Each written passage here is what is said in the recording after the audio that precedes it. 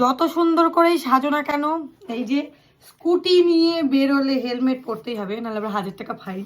এই হেলমেটটার জন্যই তো ভালো লাগে না। সাইকেলে না, কিন্তু না, টোটোতে যাব। টোটোতে আবার গলি টলিতে ঢুকতে চাই না, ওইটাই সমস্যা। এখানে দোয়েল দেখে মেরা চাবি, সো এখন বেরিয়ে যাব। আর এই যে গরম গরম পকোড়া ভাজতে দেখে নিয়ে চলে আসলাম দিদির বাড়িতে। এদিকে আমি একটু ক্যাত মারছিলাম আর কি।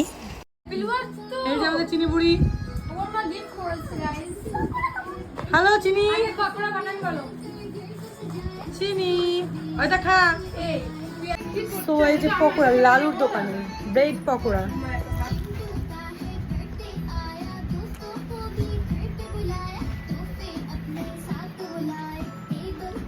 আমরা চলে এসেছি দিদির বাড়িতে, খাচ্ছি পকোড়া। এখানে কার্টুন চলছে চিনির জন্য। আর এই যে চিনি,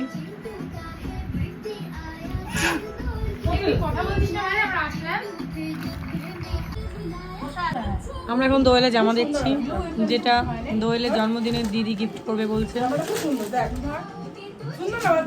খুলবে তো দেখি। কোয়ার্ড সেট ব্র্যান্ডেড।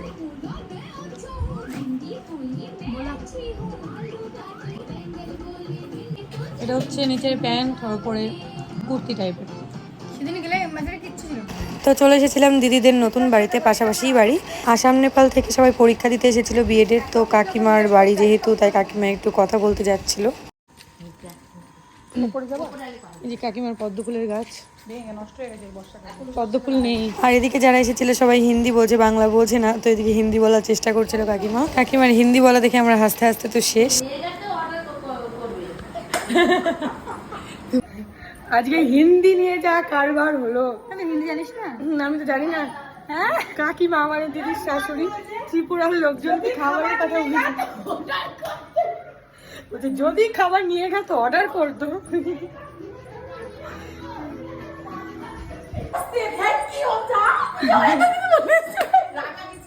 আমি মার পায়ে গেছি, যদি অর্ডার করেন না বলেন না।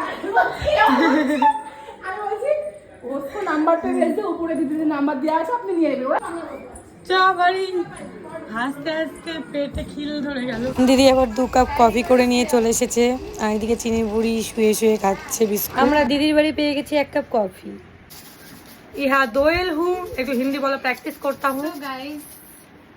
আর এটা চিনি হু, আর এটা मैं पायल हूँ। আর দিদি টুকি মারো একটু। এই দিদি। তো এই ছিল আজকের বুংবাং চট্টগ্রাম। তো চলো আজকের মতো টাটা।